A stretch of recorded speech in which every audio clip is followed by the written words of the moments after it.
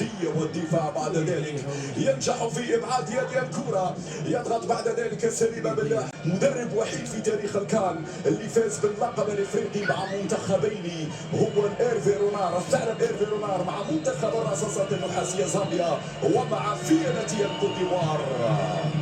نفس الطموح بالنسبة لأوغو بروس، لكن إن شاء الله مسيرة أوغو هنا تنتهي أمامه السلطنة الأطلس في الدورة الثمن النهائي. ستلعب أندية جانبية لعناصر منتخب جنوب افريقيا. موديبا يبحث عن بيرسي تاو، رجعت الى موديبا مرة اخرى تحت ضغط امين عدلي يضغط، رجعت الى ويليامز لمن في هكذا مباريات يجب أن نلعب بشكل متوازن، لا نندفع كثيرا ولا نتراجع كثيرا، يكون الكثير من التوازن حتى على المستوى البدني. لازم استراتيجيا تدبر مجهودك البدني على فترات في المباراة، لا ترهق نفسك مع البداية وفي نفس الوقت لا تتراجع كليا مع البداية. تلعب بشكل متوازن فنيا وبدنيا وتكتيكيا بين الشق الهجومي وكذلك الدفاعي، وهذه الأمور أكيد ركز عليها وليد الركراكي. ياسين، اول اختبار لبونو والكره الاولى لمنتخب جنوب افريقيا. يمينيه قويه، صعبه ديال الكرات لما تضرب في الارض عاده تكون صعبه لحراس المرمى، لكن ياسين قدر بشكل ممتاز وفي المكان المناسب، يقطع مباشره الى اول ركنيه لفائده البافارا.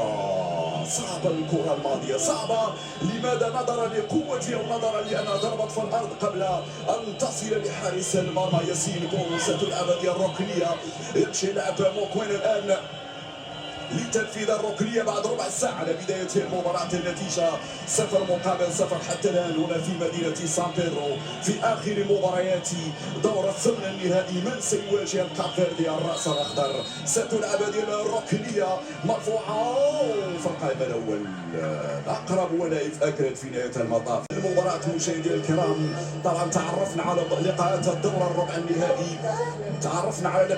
الربع النهائي، أبرز اللقاءات تلك التي ستجمع بين نيجيريا وأنغولا. بالأمس تابعنا مباراة ماراثونية ومباراة كبيرة جدا قدمها الكوت ديفوار عاد من غرفة الإنعاش، الكوت ديفوار عاد من الموت حقيقة، لأنه الكل كان يتوقع الكوت ديفوار بعد خسارة أمام غينيا الاستوائية سيودع البطولة، لكن بفضل انتصار المغرب على زامبيا الكوت ديفوار عادت للمسابقة، وشفنا ردة فعلها كيف كانت قوية بالأمس. أنا أعتقد أن نقطة التحول في الكوت ديفوار هو إقالة المدرب جون ميغاسي.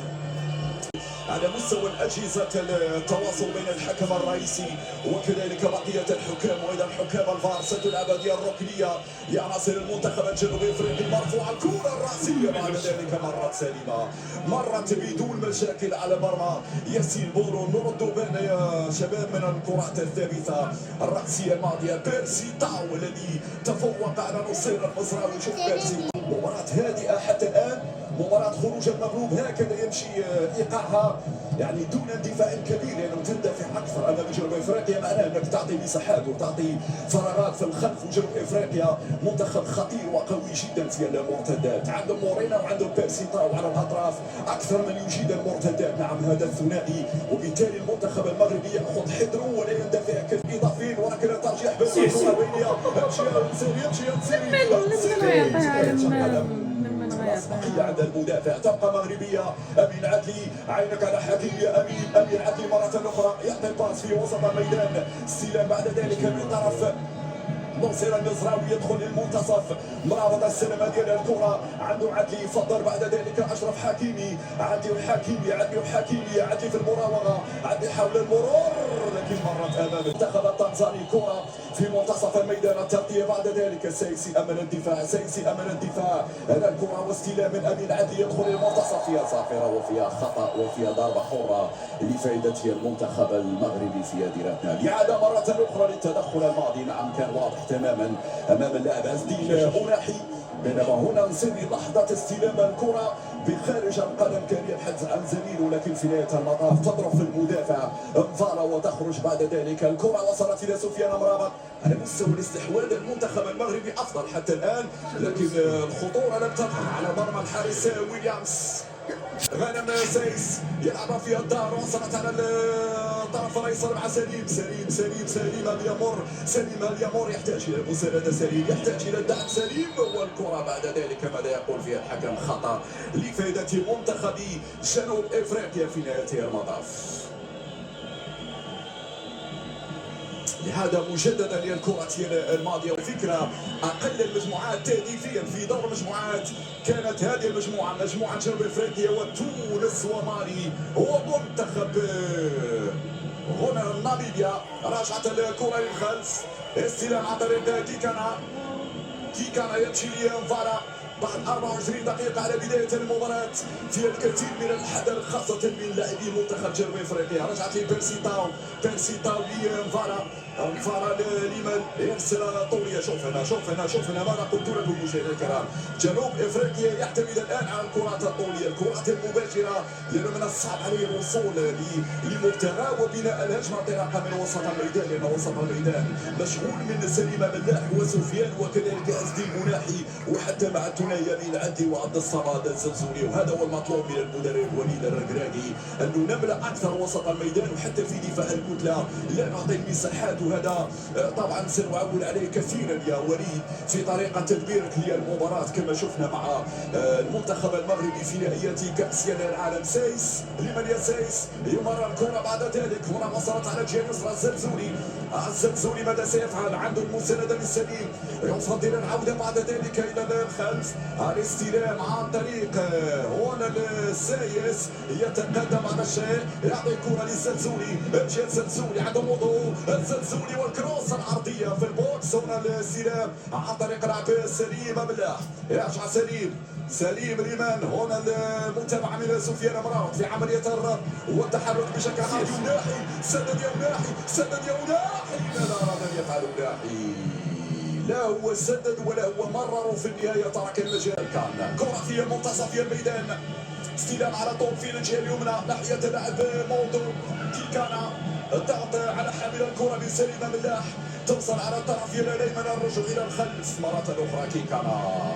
شوف المنتخب المغربي يجبر منتخب جنوب افريقيا على لعب كرات كثيرة في الخلف، لعب الكرات بالعرض هكذا، لانه لم يجد الحل. صعب عليه انه يمر من وسط الميدان، صعب على منتخب جنوب افريقيا انه يمر من وسط الميدان. لذلك هنا طلب الكرة من بيرسي تاو. شوف المسافة التي يقطعها بيرسي في مصر 2019 على مستوى الاهداف، دورة مصر كان فيها 100 وهدفان، الان صرنا في 103 اهداف، اصبحنا عند 103 أهداف، وبالتالي أكثر دورة عرفت تسجيل للأهداف حتى الآن تاريخيا هي دورة الكوت ديفوار 2023. هذا لم نصل بعد إلى دور ربع النهائي، الربع النهائي، وبالتالي تم تكسير الرقم مصر 2019 بالوصول إلى الهدف رقم 103. من سجل هدف رقم 100 في هذه البطولة مشاهدينا الكرام؟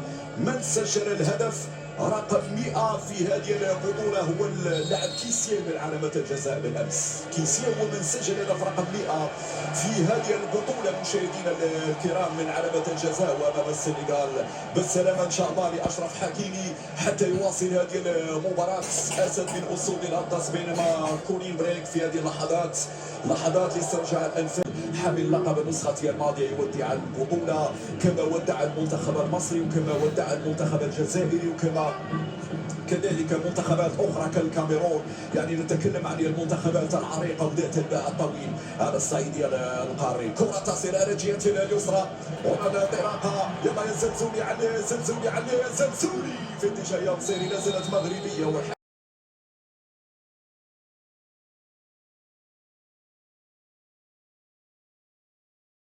يقول بأنه كانت هناك راية مرفوعة وكان في صافرة. هذه الإعادة هنا لم تظهر بشكل واضح. هنا ممكن تظهر في هذه اللقطة إن كان الزلزولي في وضعية التسلل. كان متقدم أم لا. الزلزولي يبدو لي في هذه اللقطة يعني على نفس الخط المتقدم بسنتيمترات قليلة. في نهاية المطاف الحكم المساعد طرد كذلك ابن محمود. الكرة وصلت على الجهة اليمنى في وضعية تسلل. حذاري يا شباب من الوقوع في مصيدة التسلل، حذاري من الوقوع في مصيدة التسلل. وحكيم يحتج على الحكم المساعد بداعي عدم وجود وضعية التسلل في اللقطة الماضية على أمين عدلي. هذه الإعادة مرة أخرى، هذه الإعادة كان متقدم لحظة خروج الكرة من أشرف حكيمي. لا نريد بطاقات صفراء مجانية يا حكيمي. يزداد الإشكال أكثر بينما كرة لعناصر المنتخب المغربي. سفيان أمرابط يلعبها بسرعة ناحية لاعب نايف أجرد بعد 34 دقيقة على بداية المباراة، والنتيجة لا زالت 0 مقابل 0 في آخر لقاءات الدورة الثمانية. ينادي الزلزولي الكونترول بين الزلزولي وحدك يا الزلزولي، فيس تو فيس مع اللاعب مودو، فيس تو فيس مع مودو. الزلزولي حاول يمر، الزلزولي ماذا أراد أن يفعل؟ ربما تفكيره في تمرير للاعبي المصراوي بالكحل من أبرز الحكام في أفريقيا. وثقة توضع في هذا الشخص محمود اسماعيل، وياما أدار مباريات كبيرة. ورد بالك يا حكيمي هنا إنذار شفهي من محمود اسماعيل، ولا كما يعرف كل متتبع للكرة الإفريقية بأن محمود اسماعيل الرجل الذي لا يمزح والرجل الذي لا يتهاون ولا يتساهل. وبالتالي يا حكيمي أي احتجاج آخر وأي ردة فعل أخرى ممكن تلقى عندك البطاقة الصفراء، ولا نريد هذا السيناريو. الكرة ترجع للخلف، استلام بعد ذلك من نايف أجرد. سيف في استلام هذه الكرة لماليا سايس، وصلت على جهته اليسرى. المتابعة من نصير يبحث عن الزلزولي. لذلك الزلزولي نصير يرفع الكرة، أول عرضية لنصير. ويليامز في متابعتها الكرات التي ينتظرها يوسف النصيري.